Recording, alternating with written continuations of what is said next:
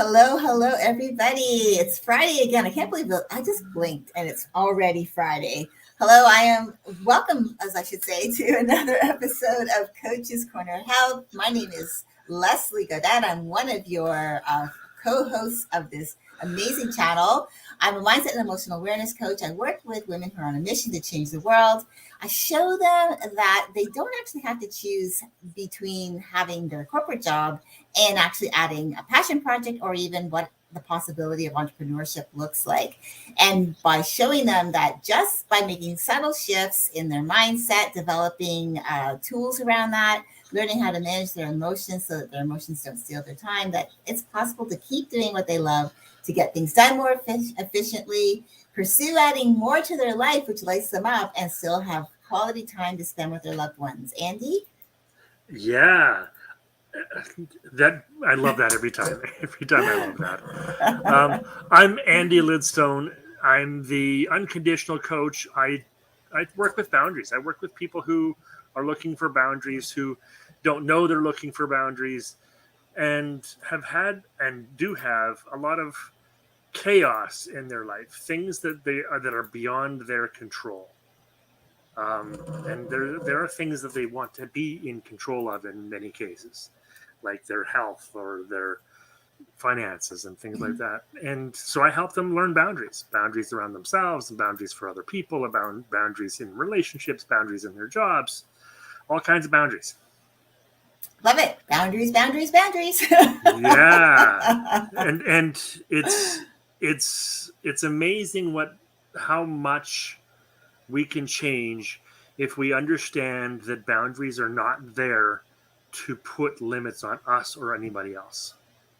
So yeah, and that was kind of the instigation for this conversation we're having today is let's not put boundaries on teenagers. And for those of us who were at one point teenagers, because I'm sure most of us were at one point. No, we just skipped it all together. Right? I would have loved to. Those awkward years. Yes. We often put limitations on ourselves. So what I wanted to talk about today and what I wanted to talk with you about and get your perspective on and your experiences with is this concept of, should we fit in or should we be an individual? Because there's pros and cons of both sides. Mm-hmm. And some kids grow up deciding to be themselves and being an individual and doesn't care what anybody else thinks. And some kids grow up choosing to want to fit in. And both camps, you'll find ones that are happy and ones that are miserable. Doesn't matter which one you choose, you'll find some that are happy and some that are miserable. So that's kind of what I wanted to dig into today a little bit is as a teenager, how do we choose? Like, how do I know when it's time to fit in and when it's time to just be me? Mm-hmm. Right? Because there's just so much going on there. And that is, I think, one of the main conflicts. Most of the other things that we struggle with as teenagers come from one of those two scenarios, either trying to fit in or trying to be myself. Yeah. You know, I have mixed feelings around the individuality part of it as a teen. And the reason why I say that is because I truly believe, I mean, it comes back to, part of my messaging, which is around inclusivity, of being a community, of being connected, of having those connections in your life, those deeper level connections and bonds. I believe, for me personally, that yes, I could have my own individual opinions, obviously cultivating and growing my own personality, my own quirks, the things I liked, what I didn't. But I found that if I did it with community, with my friends, having my peers have my back, I think I grew up a little bit more healthier for myself. Anyways, it to me, I felt more when I felt included.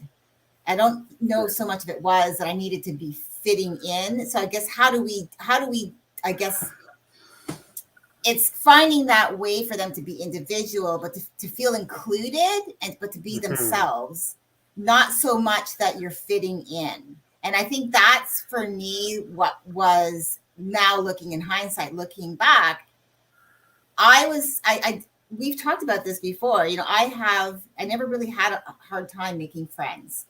I had a lot of friends growing up, but I think at some point I felt there was some disconnect with some of my friends, and I felt kind of bored, and I was trying to find myself and figuring out what my likes were as I got older. But I still feel like those peers, that they still are part of my life even today, all these decades later, that they played a part in helping me create myself to be an individual based on my experiences with them. So I don't know so much. I guess it's really about, I think more, if I had kids of my own, I would promote, hey, listen, I want you to be your own person, but being included is a great way, like including yourself in, these relationships and creating these bonds is a healthy way for you to find what you like, what you don't like, and creating, and then you can go out and have those peers that support you starting early to support you. Because you know what it's like. We get older. What are we doing? We're looking for that community. We're looking for that connection because we've lost connection. We're disconnected. So I think that's my take on it. What do you think? Yeah, I like that. I like the idea of being included rather than fitting in, because fitting in feels a lot like I have to give up a piece of who I am in order to become something like them, a version of who that person is, or who that group of people are. And I tried doing that as a teenager, as a young man. I tried doing that. I tried giving up a piece of my values, some of my beliefs, so that I could fit in with some of these other groups of people. And I didn't find friends any better doing that than I was being myself, because that's what my parents told me when I was growing up all the time. Be yourself. My parents and the school teachers and everybody, all the authority figures in my life said, yeah, just be yourself. Unfortunately, myself was not very likable.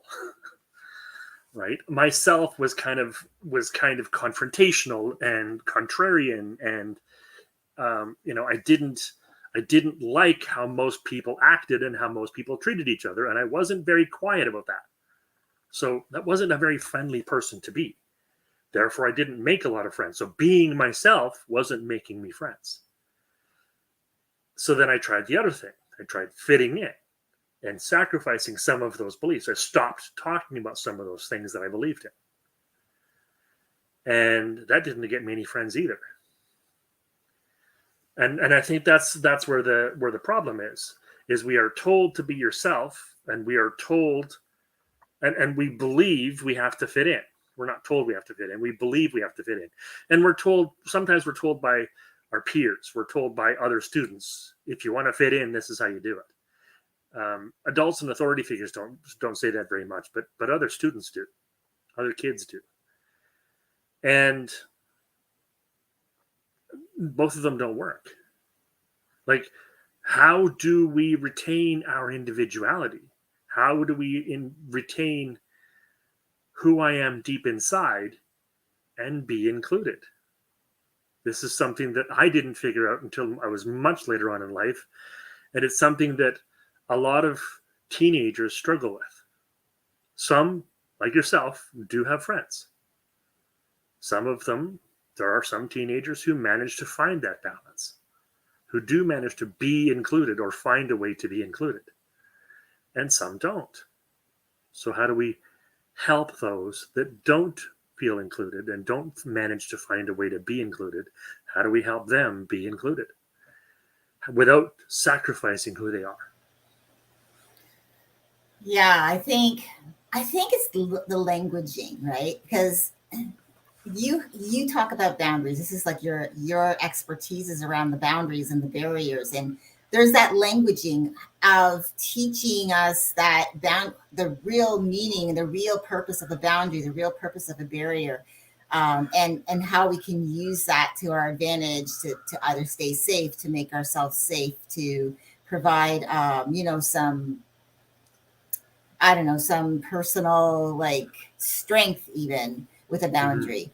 And I think the languaging part too for kids though is they don't know what for them it could mean. And I would love to actually have conversations with some young people about this, but they could even be looking at the languaging part that fitting in really means they want to be a part of something. Yes. But because they've put it all together, fitting in and being a part of, which are completely different, but they're the same, but they're different. Meet the meaning behind it, because fitting in means you have to conform, but being a part of means you can be yourself, but you can be included in a community. And I think that's the languaging. And I think some kids get it, obviously. Some parents obviously get it too. I mean, I think we live in a world now where people are becoming more, paying more attention to these things, but there's still a long way to go. So how do we teach our young people the same thing? How you're teaching your clients around boundaries and barriers? Because I think that's what it is. It's around inclusivity and being a part of inclusivity, or I should say, fitting in or being included. How to them to society they probably are looking at them as meaning the same thing, the same way as when you deal with boundaries. People use boundaries as a barrier and not realizing that that's not the sole the purpose of a boundary. And so again, it's the languaging, it's the understanding of the meaning behind like it's really coming back to what is it they really want. So how do we empower them to figure that out? Because growing up, it's not easy, because you're like your hormones are going, you're trying to, to be attractive, of course, as a species. We are, this is just how we're wired. We want to be attracted to someone else, to have them attracted to us, because we know deep down inside we're not meant to go through life by ourselves. So we are trying to be a certain something. And so in the process of that could be this whole thing about having to fit in and be something that you're not, or being being empowered to be who you are, like be yourself. But what does that even look like when they're growing up? And number one, they don't really have life experience like you and I do. So it's, the parents, the teachers, the older people being able to impart that wisdom. So how do we get that to them so that they can start looking at it? Oh, I actually don't want to fit in. I just want to be included. I just want to be me. But how do I figure out what me really is? And how can I cultivate that? How can I grow that? That's where I think we have to start, right? Yeah, I agree. And like you said earlier, we will have a tough time figuring out who we are alone. How we find out what our values are, how we find out who we are and what we belong and what we believe in, is in community, is by interacting with other people. And like you mentioned, the boundaries that I teach, that's the biggest reason I do it, is to help people navigate that confusion. How do I be included without losing my identity? And that's the whole point of the unconditional boundaries that I teach. Is boundaries help us to connect to other people. By showing other people how I want to be treated, I give those who want to treat me that way an opportunity to connect with me. And I give those who don't want to treat me that way an opportunity to go somewhere else. I'll put it gently that way. I'll give them an opportunity to not be around me. If you could only say what you really meant, right? I could. But then we tend to tag these videos 18 plus when I do that. So yes.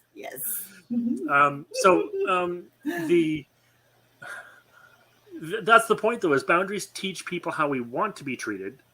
And that allows them to sort themselves into the category of I want to treat you this way and the category of I don't want to treat you this way. And based on how they treat you, You can then decide which ones you want to spend more time with. And this is how you can still be your individual self and be included. You can, like you mentioned earlier, you use the term include yourself rather than please let me be included in your group.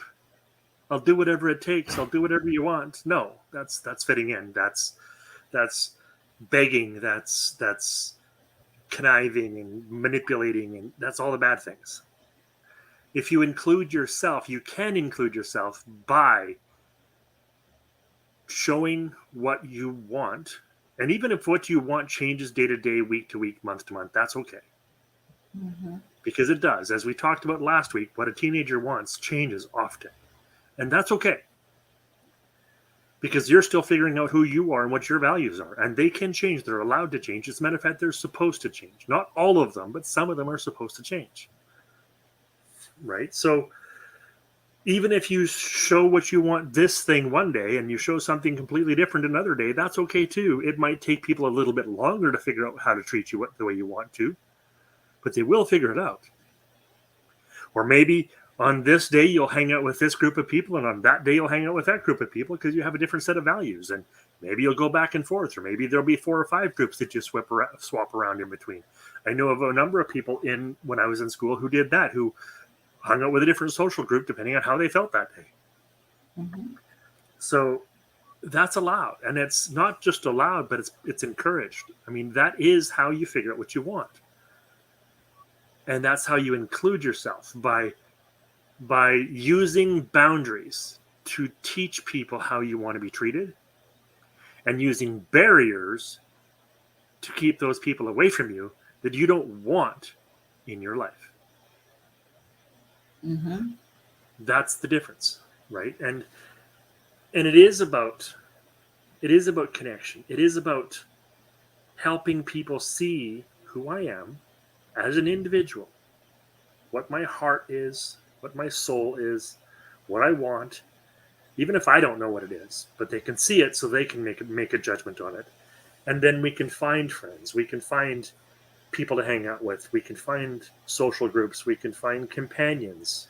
We might even find a boyfriend or girlfriend, right? And that's how we can learn to kind of meld that being an individual and still fitting in, still having that social group, having some people to hang out with. You know, because each kid, each teenager, each person wants something different. And how do we know? Within a social group, I'm sure the friends that you hung out with didn't all want the same things as you. They wanted some of the same things that you did. They had some things in common with you, but they didn't have everything in common with you. Right? And that's okay. That's part of being included. Inclusion is bringing individuals to a group. Mm-hmm. Fitting in is making everybody the same. We don't want to do that. No. I mean, and you could even look at it from a perspective of growing up. Like, I had 2 younger brothers in the house for the most of my life. I have an older brother, but he wasn't really around that much. But my 2 younger brothers, and our experience of growing up together, we had some interests that we shared that were common. But as we got older, our perspectives, our interests changed. So if it were the case where in a family where people decided they're all going to be the same thing, then we would have all decided to go into the same field of business. You know, we could have all been, just as an example, a family of lawyers has a couple of kids, and those kids decide to be, and those kids automatically, it's just assumed they become lawyers too. But but who's to say that that's what they want? Because like you said, people change their minds. And I think even today, adults change their minds. But the problem with the difference between the teen and the adult is that the teen is encouraged, the adult is not. And and I feel like it should really be and inclusive across the board, no matter what age group, what age you're at. Of course, with experience comes a little bit more wisdom and making the right decisions. But as a teen, especially as you'd written when you talked about just being yourself, and of course you get told you're perfect just the way you are. What does that even mean to someone who's a teenager that hears those words? Because they don't really know, Right. they're not expected to know because they're still going through life. They're still learning. So how do you actually say to someone, just be yourself, if they are not even 100% what that even means to them? Like, I'm perfect the way I am, but I don't even know who I am. I don't even know what I want because they're going through all of their puberty moments, and they're trying to attract girls or boys. They're trying to attract friendships. They're trying to have relationships with people. They're trying to do whatever it is, like if they're in school and they're trying to do well in school, they're trying to attract the right opportunities without realizing that's what all of that, what they're doing. And they probably most likely feel alone, like you had said, they probably often feel alone and left out of things, even though they might be included, because being included in a group where you have to conform to fit in does not make for a fun environment. You can't be yourself, you can't have that quirk. So that means that's where I would think imposter syndrome could start from, because you're being something that you're not just to please somebody else. And then when you go out on your own, there's that fear of being found out. I mean, it starts a whole, list of things. And I think for me, especially when I told you, like, I had a lot of friends, but there had come that point in my life in my mid teens that I wanted change in my friends, but I didn't know why. And so here's the thing. It's like knowing that you don't know, you don't have the answers, but there's this desire for something and you just don't know why you want change. And I've changed from hanging around a group of friends to going and looking for friends who did things that were not necessarily considered the right thing to do, the right choices. But it was because I was just confused at what I wanted or what I needed. And I was just exploring that. And it was, when I look back on it, it's okay that I did that, because that allowed me to actually grow into being who I am. But I think what happens a lot of time is when people try to figure it out by stepping outside and doing something else to see if this is who they really want to be, or if these are the people they want to hang out with, or if this is the lifestyle that they want to live. I think what happens is they have in the back of their mind that fear of, what if I'm not accepted? What if I'm not good enough to do this? And so there's that whole thing about just being yourself never really, is how they are. Because as an example, when you meet somebody, do you tell them everything about yourself right away? Do you act your goofiest self right away? No. You kind of like get to know them a little bit. And each time you see them again, it's like you're letting a little bit of more layers out and more walls down. And so, it's a really interesting topic, how to help kids go from crossing over from, going from the early teens into like almost getting, turning into an adult, and going forward from there, taking the mindset of it's okay to be yourself, but if they don't know what that is, as opposed to fitting in, like there's got to be a formula, but how do we do that? Because I think it comes down to that languaging piece. Yeah. It isn't about fitting in. It's not. It's and kids know that. Like the teenagers know that. They know that they shouldn't fit in. But how else do they have friends, right? And they know they've heard, whether they know it or not, they've heard they're beautiful just as they are, they're perfect just as they are, they're great, just be yourself. We've heard that hundreds of times. And to your point that we really haven't even started living life yet, we have, as a teenager, we've got plenty of years behind us. But from the perspective of what we're about to go through as adults, we haven't even begun yet. Mm-hmm. Right? But as teenagers, we feel like we've got this whole life behind us already. So we feel like, as teenagers, we feel as though we have a good set of experiences from which to build a set of decisions. But we don't know what decisions to make because we don't have enough experience. Mm-hmm. So that was the confusion for me too. But at the same time, like we keep coming back to, how do we do both? How do I not lose myself when I'm making friends? Because quite honestly, the dangers of losing yourself if you make friends, if you try and fit in, if you try and do what it takes to become friends with somebody or to fit into a group, you'll suffer the consequences, all the consequences you mentioned, the imposter syndrome and the not knowing who you are, and even growing up into adulthood and still not figuring any of that stuff out. You'll also end up with depression and anxiety, and you'll also end up in codependent and abusive relationships, and there's all kinds of negative consequences if we don't figure this stuff out as teenagers. Most people have those consequences. Most people have those kinds of consequences as adults. It's been studied that a very large percentage of relationships are codependent, and that's because we were focusing on fitting in as a teenager instead of focusing on how do I include myself. So I think this message, as useful as it is for the adults, for the authority figures and parents and leaders of these children, I think it's more useful for the children themselves, the teenagers themselves. The message is, find a way to teach people who you are, even if you don't know. Just be true to your values, and when somebody doesn't respect that, don't get mad at them, and do what you can to process the hurt that comes from that, and allow them to decide if they want to be around you.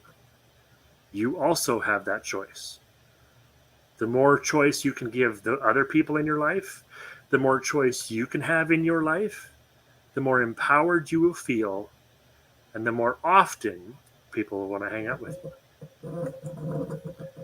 And the ones who want to hang out with you will be a reflection of your personality in some fashion. That's how you'll figure out who you are. Mm-hmm. We've all seen the teen movies where they end up with hanging out with all the geeks at the end of the movie because all the cool kids were just jerks. We've all seen those movies. And that's because they found out that the personality traits that the main character valued the most were actually not part of the cool kids. They were part of the nerds. Whatever quirky personality traits you end up with, that's good. It'll help you find the friends you're looking for. Whether it is you being the athletic type, the jock, the football player, the hockey player, the basketball player, that's great. And you might be the sober one amongst all your drunk friends or stoned friends. Or you might be the one who likes to play Dungeons and Dragons and football. Right? You could be any kind of unique personalities. Any combination of all those things. And that's okay. All of that's good. Just because you have some friends that don't accept or like some of your personality traits doesn't mean they have to enjoy those ones. If they're going to be jerks about it, you get to decide if you want to include that in your life. But if they're just going to ignore it and let you have that with somebody else, then great. Hang out with 2 different groups of people or 3 different groups of people. Do what you enjoy. Hang out with the people you enjoy hanging out with. And as much as you can, limit contact with those people who are jerks to you, who treat you badly. Mm-hmm. And by treating you badly, I don't just mean cheating on you because you're in a relationship with them. I mean bullying you, picking on you around your friends and their friends. I mean actually embarrassing you in public. Because those are the ones who are trying to manipulate you into changing your personality traits. Yeah. Those are the ones you don't want to be around. Mm-hmm. A boyfriend or a girlfriend who cheats on you, they've got their own personality traits. They're not necessarily doing that to hurt you. They've just got some shit going on. So, but the person who's picking on you in public, who's embarrassing you and shaming you, that's the person you need to stay away from. Yeah. Because those are the ones that are causing the most harm. Yeah. That's how you can fit in. Keep those dangerous ones away and just do what you like with everybody else. Yeah. And I think, and so fitting in could be looked at positively rather than conforming. It can look like just being an active piece to the puzzle, a part of this grouping of people. And you can have like lots of different friends. I have, what's really interesting as I look back over my life, because I lived a lifestyle where I'm on the move a lot. And so, and I've been pretty much doing that for the past 26 years, living in different places. But the last couple of years, more so of less shorter term stays in places. And so I'm meeting different people. And what I've found is that what I've realized about myself through my own personal self-development, of course, is the types of energies I'm attracted to. So that in itself, you learn about what type of energy you're attracted to. So that for me, I think probably when I look back and I remember some of my long-term friendships that I still have today, how we met is now in hindsight that it was the energy. One of my really good friends, she was my maid of honor at my wedding. The very day I met her, the very moment I met her, I knew we were going to be friends because we just started talking as if we had been friends our entire lives. And we had just talked about everything. We spent hours just connecting. And I think that was really helpful. Now I was in my early 20s when that happened, but it's just I had a lot of trying to figure it out years, not too many, but enough to just to decide. Well, I was very nerdy in, grades 7, 8, 9. And then I went to high school. And as I had shared with you before, that I went to art school for the first year. And I really did not like that, enjoy the experience of being away from my friends. But so I've tried to find ways to literally fit in, to conform with the people in my school because I was unsure of myself for the very first time. But then when I went back to the school district where I felt the most at home and being around my friends, it really felt good. And it wasn't about that I had to be someone that I wasn't, but I could actually be myself. That's where I felt myself, was around the people that I, had that connection with, that created that connection with. I think part of it too is, we've talked about this before. My mom, she would speak to me about anything. Like I could have conversations with her about, I'd come home and I would tell her I'd done something that wasn't so good for me and I wasn't feeling good. And she would just sit down with me and make sure I was okay. She didn't chastise me. She didn't berate me. She didn't yell at me. She was just very understanding, concerned, and we just talked. And I had that relationship with her. And I feel like that really helped to help me then be able to try to figure out really what I needed, what I wanted. And I think that was really helpful. But I think there does come a time when parents, if they're not talking to their kids, because I know some kids and some parents, they just say, I can't talk to you, or I just can't communicate with my son, or I can't communicate with my daughter, or you just don't get me, mom, you don't get me, dad. And there's that disconnect. And I think that how do we that then I think comes down to empowering the kids to reach out to their parents, to bring them back into the mix and say, look, you've traveled this road ahead of me. You're a few years ahead of me. I don't know what I'm doing. I'm trying to figure out who I am. And you're saying I can be an individual, but I don't even know what that individual looks like. And I need your help. So I know like a lot of I mean, I've heard of, in the world where I spend some of my time, the church that I attend, obviously online right now, they really do promote that, the parents getting involved, and they promote having the kids involved and doing things and creating that community, promoting individuality, but also promoting being individual in a community setting, so that Yeah. there's no disconnect, but it's actually community building and building those bonds. So it's like, it's in those communities I'm finding they're talking about it, but let's talk about outside of those communities where there's really no religion or background of that sort, and they're just trying to figure it out. How do we empower those kids? Because there's a lot of kids So out there that don't have that background. yeah, well, and it's not just about the background. A lot of the kids who don't talk to their parents, that disconnect happened before they were ever teenagers. Mm-hmm. It's usually involving some sort of a punishment, and it could be a series of events, but it's usually some sort of a punishment. In other words, the kid did something wrong, the parent reacted to it, and the kid does not believe that reaction was fair or in proportion to the crime in the first place, the thing they did badly in the first place. When things like that happen, children lose trust of their parents. And when children don't trust their parents, I don't care what that parent does to teach that child, the child isn't going to learn it. So how do we reconnect? Those children have to trust us. One of the key components you said is that you could talk about anything with your mom. Mm-hmm.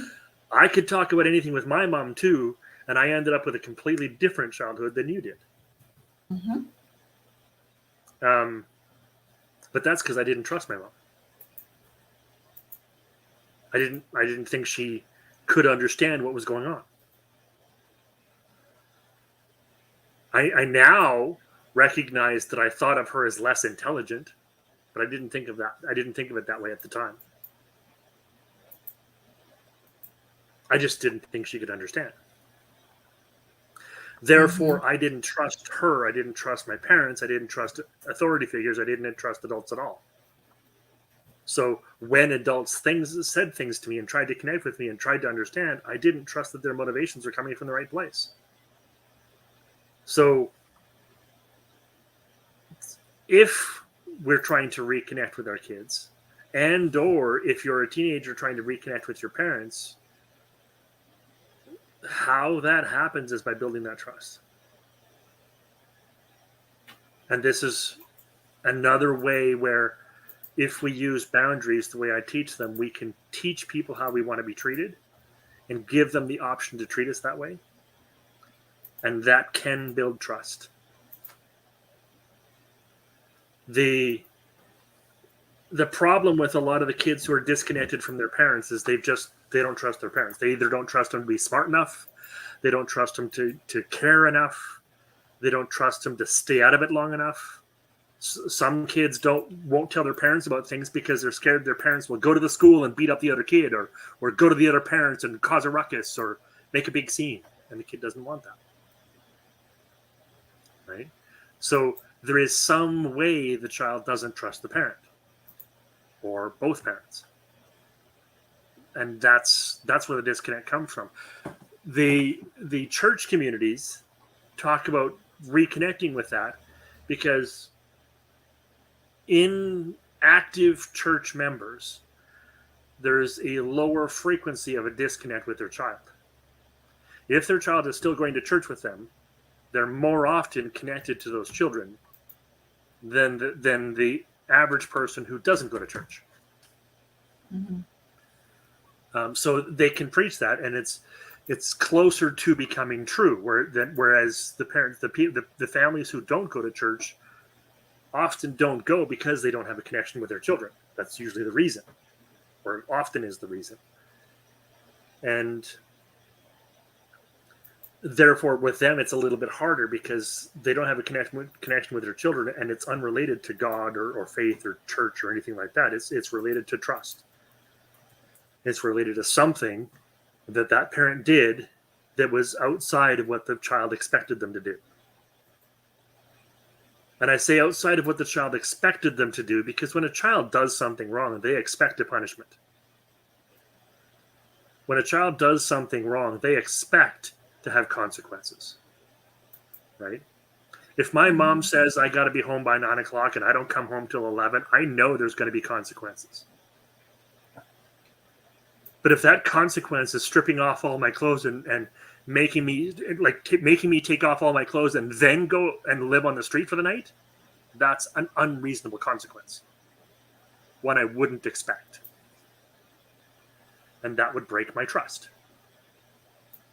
Now, I'm not saying that happened to me; it didn't happen to me. But what I'm getting at is there's a consequence that's disproportionate to the thing that the child did wrong. That is a consequence they weren't expecting.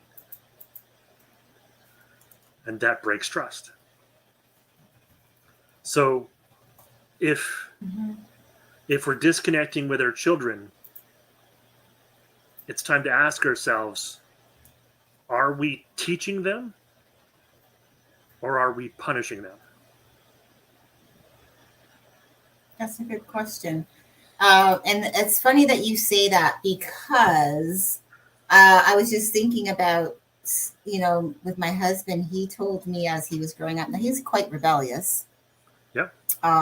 He's always kind of had a mind of his own. He's always basically realized that, he was a strong personality, that he felt like he could go out and conquer the world. And he's done a lot. I mean, he's really, he's one of the biggest reasons why I'm so comfortable in us moving around and doing and living the lifestyle that we live now. Because in the beginning, when we met, I knew right from the beginning that his desire was to live in a warm climate, and we talked about it and decided Florida. And so after 6 months of being married, we moved to Florida. So I had never been away from my family for that. I used to see my family all the time, every weekend. And I'd see my mom every day. And it never occurred to me what it would be like to move away and live in a different place where I had no family, no friends. But what I was getting at is that he told me his experience growing up being so rebellious. If he would go out, he had two sets of friends. He had the friends who were athletic and were were like focused on school and all of that. And then he had his friends who were focused on partying. Yeah. And so his mom, I guess, at some point had just said, if you're not home by a certain time, which was usually around midnight, I'm locking the door, which means you're not getting in. And I know for me, I couldn't do that. I couldn't do that. My child would have a key and I couldn't do it. And that's just my own personal opinion, but that it was something that happened. And I think it does come down to the trust factor. I think it comes down to the relationship that you have with your kids. But I think part of it too is that there is a lot of times when something happens, your child does something wrong, or there could be a miscommunication. There could be a lack of understanding of a situation of why your child did a certain thing. Yeah. And instead of asking the questions around it to figure out the entire story so that you have the entire story to have a better understanding to then, decide what you're going to do about it, automatically it's you did something wrong. So this is what your punishment is. This is what you have to do to atone for it. Yeah. And so, of course, that could break the trust right there. I had, just as an example, I was, I think, around 9 or 10 years old, and there was a girl that was bigger than me, and she made me smoke a cigarette. Yeah. And my mom smelled it on me, and I got spanked, even though I tried to explain to her that I didn't want to, but I was made to. Yes. And I think if the parents realize that, take a step back for a second. Again, it's like being an adult, taking a step back. If you don't like your circumstances, asking the questions around, like, why? Well, it would be the same thing with your kids. If you're trying to get your kids to have conversations with you, it's not that they're the adult and you're the adult. It's that you're the adult and you want to lead by example and teach them how to, when they have kids of their own, how to parent, number one, but also showing them that respect so that they show respect to others. This is a teaching moment for parents too. And I think learning to listen more, because we talk about this a lot, you and I, is learning to listen more. Learning to really listen so that you hear what's being said, so that you can start asking questions about why they did what they did, to get an understanding, and then make your decision from there. Not like all of a sudden, you did this wrong, this is your punishment, that's it. I don't want to hear it. And that's typically how most relationships go in a family dynamic. Yes. If the child trusts you, that works. Yes, but what I'm saying is, if you've lost that trust, then that's going to be hard. But if you can develop that with your children from the preteens all the way up, you're going to find, like, even they're still going to rebel, because that's what we do as teens. We rebel. We think we know it all. We're trying to push the boundaries. We're trying to see what we can get away with. Just like, when they say the terrible twos and they say no, or why is the question, becomes why. Whenever they ask them to do something, the question is why. And they're just pushing. They're learning, trying to see what they can get away with. It's the same thing a teen will do. Yes. But it's not that they're saying, I don't want your input. I just want you to be able to hear me. And I think it's learning that you're still parenting. And parenting isn't all about just punishing when something goes wrong, because then you, like you said, you lose the trust. And then they lose who they are, because they can't figure it out. Because now it's like, well, you're telling me to be myself, that I'm good enough as I am. But when I try to go out and do that, I'm awkward, socially awkward. I can't make friends. People don't like me. They don't like my personality. They don't like how I think. They don't like how I talk. They don't like how I dress. They don't like how I look. And I don't know what that means. I don't know how that could mean that I'm perfect the way I am in your eyes, but to everybody else, I'm not. And it also means when I'm myself, and I come home and you don't like what I did, I get punished for being myself. Yes, exactly. Right? So that it breaks the whole, it makes the whole statement into a lie. Exactly.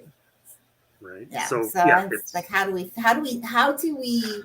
Because it's not so much, yes, we want to talk about empowering our teens. And yes, we're talking to, the young adult, the young teens, if they're watching this, and we want them to know that we're listening and we're trying to understand what they're going through, especially because we're far removed from that. But we also want to be able to support their parents, or their, the people in their life that are older, to help support them in their transitional stage from the young teen into the young adult, going into adulthood. Like, how do we do that? That's my question. That's where I want to wrap it all up into one big bow. Okay.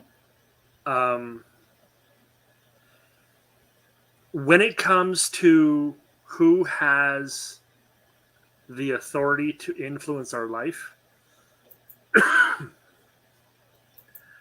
our parents by default have a stronger right to influence our life, and we have just as much right to put barriers up with our parents as we do with other people. If our parents have been harmful, and not listening to us and punishing us instead of working with us to help us learn. If they've been unreasonable, we can say, I'm not going to talk to you about this. We can say, I'm not going to deal with this with you. Sure, I did something wrong and I will have a consequence. Maybe it's the police, maybe it's the school, maybe it's some other authority figure, but it won't be you. You have that authority to do that. One of the responsibilities that you're going to choose as a child is when your parents are no longer your biggest authority figure. Now, some people, that's when they're 40. Some people, that's when they're 13. For most people, it's somewhere in between there. So you have that authority. So I'm going to say it's all up in one big bow in that you get to put up barriers with anybody who treats you badly, including your parents, including anybody who treats you badly, unfairly. If you have a consequence you are not expecting, that you think is unreasonable, you're allowed to put barriers up with that person. That doesn't mean you get away without the consequence. They're still going to enforce the consequence, but you don't have to deal with them to get help with your situations. You don't have to go to your parents. Your parents do not have a get out of jail free card when they treat you badly. However, unless they are treating you badly, they are your best source. As you were saying earlier, they are your best source for how you can deal with situations. And I would give them a lot of grace when you're judging whether or not they've been treating you badly. Because you might not like being punished. You might decide that I had to climb out my window and go hang out with my friends tonight because I'm already feeling super lonely and I didn't want to be left alone in my room for another week. Because I'm going crazy with how lonely I'm feeling. However, if you're grounded, you're grounded. Now, if they've grounded you, great. But if they've locked you in your bedroom with chains and handcuffs and things, that's unreasonable. Right? So, use some judgment. If they're simply giving you an appropriate punishment, allow that. Those are natural consequences for things that you've done. It's when they're being downright mean for no reason that you do get to choose a different path. At some point, you're gonna choose to leave. If your parents are treating you badly, you probably aren't going to stay at home as long as other kids would have. As long as some of your friends or peers might. You're going to move out earlier. That's fine. Just make sure you get what you can from home first. And when we are choosing how we want to be treated, we can put up boundaries. We can say to our parents, this is what I want. And when I get it, this is how I'll act. And when I don't get it, this is how I'll act. When I get it, this is what I'll say. And when I don't get it, this is what I'll say. We can do that with our parents. And if we do that with our parents and they're being reasonable, which most parents do, they will welcome that.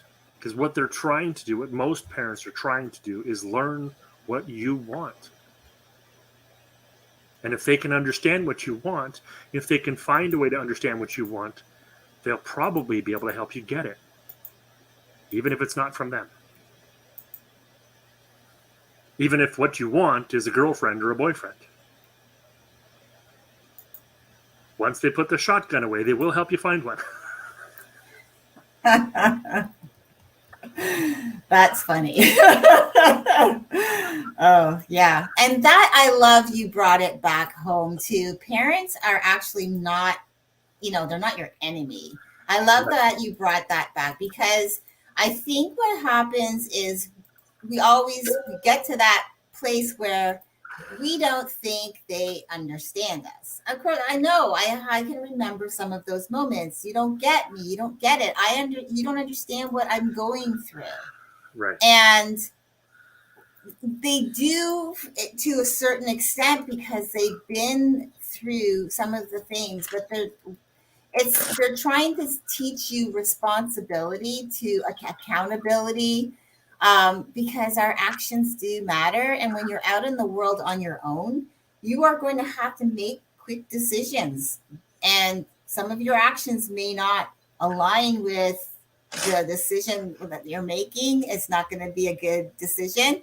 So having parents who are saying to you, like, I'm punishing you this way because of this, and you don't like it, at some point you are going to thank them for it. And I'll tell you this from experience that I am correct in this assumption, because I had my own experience around being grounded, only grounded once. I was grounded for a day when a really, really, really good friend that I used to hang around with came back to our neighborhood for just one day to visit all the kids in the neighborhood. And because I had done something, I think it might have been that I talked back to my mom, I was very disrespectful.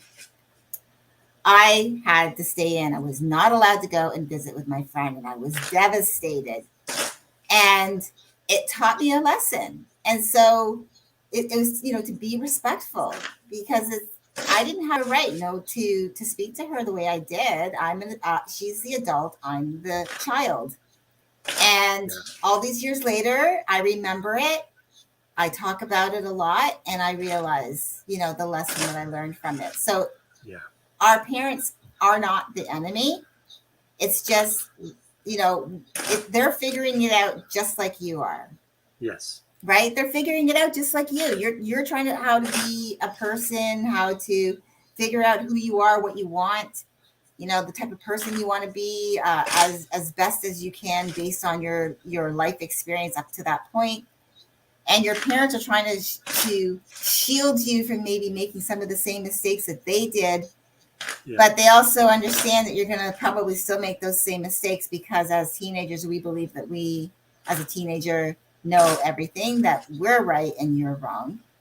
But just know that there really are a lot of the time when you think you're being punished for something, it's really just to teach you something. And so when you get older, you'll understand it. And I know you probably don't like hearing this, that as you get older, you'll understand it. It's not that you're not intelligent. That's not what I'm saying. What I'm saying is, from life experience, you'll understand. I want to speak to that a little bit, because I still don't agree with most of what my parents did to punish me. Okay. No, but I'm talking about the things that do resonate, that did actually be a lesson that you understood. I don't think my parents ever did anything I agree with. Okay. Well, for me, I do. So that's what I'm going to say is that advice works, but not for all kids. Mm-hmm. Right.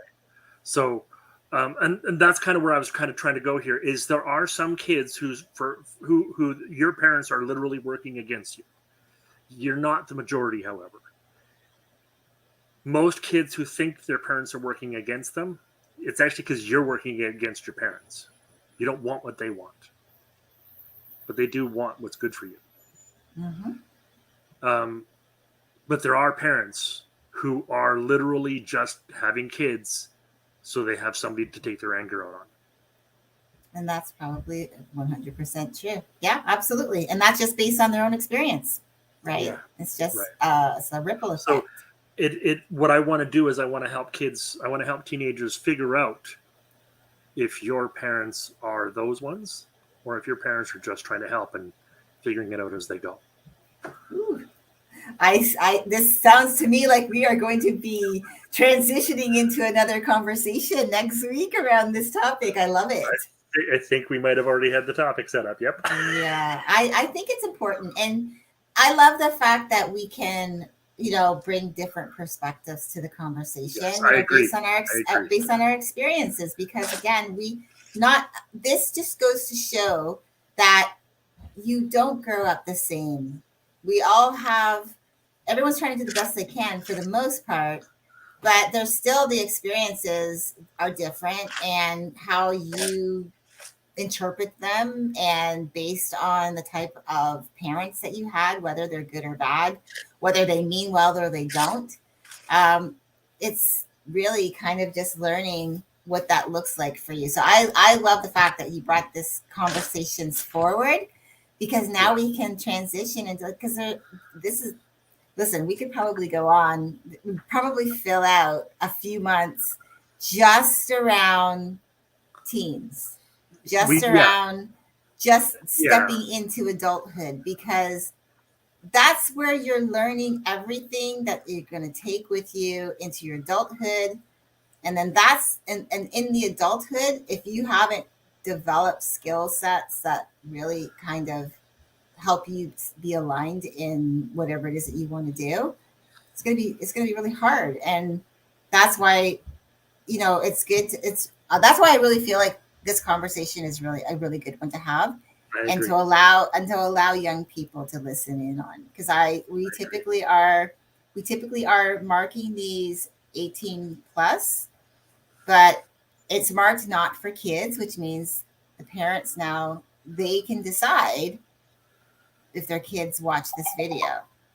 Yeah. But I think mostly, honestly, it's not that I feel like there's anything wrong with our teens. I think it's about, it's up to us as the people who've gone before to start figuring out ways to actually pave a path that's not necessarily easy, but a little bit more, again, in the inclusive to, how they can figure out their life. It's rather than giving them a one path they have to go down, it's more about giving them a set of guidelines of where they probably could go. Mm-hmm. Right. And allowing them to mess up, and actually just being able to meet them where, like, as I said, with my mom, I messed up a lot.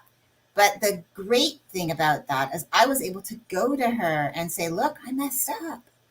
Yeah. And I had that connection. I was lucky to have that connection. Not everybody does, but I was lucky. But I knew that then, but I didn't really fully appreciate that until now. And that's why I was saying, for me, I can look back at some of those lessons and recognize how they helped develop me into who I am today. So, yeah. I love it. Great conversation. Yeah. And as you can tell, we're not finished. We're not finished yet. We're going to keep going. We're going to keep going next week. Come back and watch us some more. We'll continue the conversation next week. This is hard shutting this one off. Yeah, it is, definitely. And it's, where do you go? I mean, yeah, I'm excited. I'm at a loss for words, because I love where we've just led this conversation the last few weeks. Me too. So, yeah. So if you like this, please press like, so that you get notified. Subscribe so you get notified, so you don't miss out on our next videos, because we go live every Friday at 1 p.m. Eastern. And if you are, maybe somebody that needs to hear this message today, like they really need to hear it, because they've been thinking about this particular topic and are not quite sure. And maybe they want to get in on the conversation. So come and chat with us when we go live every Friday. And I don't know if there's anything you want to say, Andy, before we close it out. Just thank you for participating in this conversation, and for joining us again next week, because we're not done yet. Come back to hear the rest. Yeah. On that note, I hope you have a great rest of your day, a great week, and we'll see you next Friday. And we'll see you next week. Thank you. Bye-bye. Bye.